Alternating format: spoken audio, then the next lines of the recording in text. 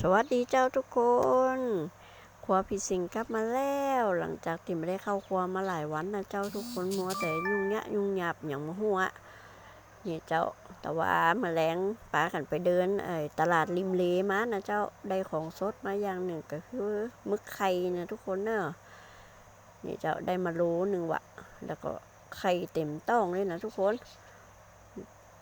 ตัวใหญ่อยู่นะเจ้านี่เห็นก็พอไข่มันหั่นไข่นักขนาดเลยเนี่ยเอามาโลหนึ่ง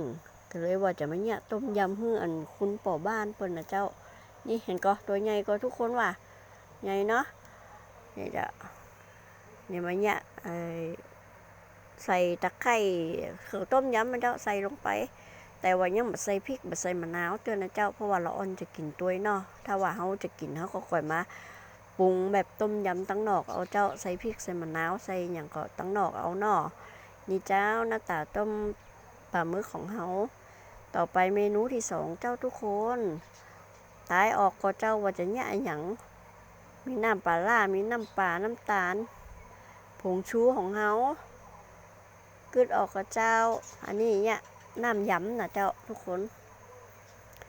ใส่พริกป่นก็ใส่นักเจ้าเราอ่อนกินตัวเหมาะอันคนปีกินตัวนะเจ้าบักกล้าใส่พริกนักใส่ไปเลยมะนาวบีบเข้าไปตายออกก็เจ้าตายออกก็จะบอกฮือนะเจ้าเนี่ยยำขนมเส้นเจ้าทุกคนนี่เนี่ยน้ำยำก่อนปรุงน้ำยำไปก่อนใส่เครื่องน้ำยำนั่นนะมะนาวพริกป่นน้ำปลาน้ำตาลผงชูแล้วก็ใส่อันพริกสดไปแฮมนะเจ้าเพิ่มความเข้มข้นนะเจ้านี่หอมแดงต้นหอมนี่ก็เป็นต้นหอมที่เขาปลูกเองนะเจ้าผักชีใบเลื่อยก็ปลูกเองเนี่ยมันดีอย่างเนี่ยเจ้าถึงต้องได้ซื้อเนี่ยเจ้ามันโจกดีจ้ะเนี่ยเนาะพอเวลาเขาปลูกผักกินเองนะเจ้านี่ใส่หมูสับเข้าไปโต้ยแล้วก็คนเลนี่ก็คนไปคนมานะเจ้าแล้วก็เอาน้ำยำที่เขาใส่เขาปรุงตะกี้น่ะลาดลงไปเลยเห็นได้หน้าตาน่ากินก็เจ้าทุกคนนี่มื้อกลางวันของเขานะเจ้านี่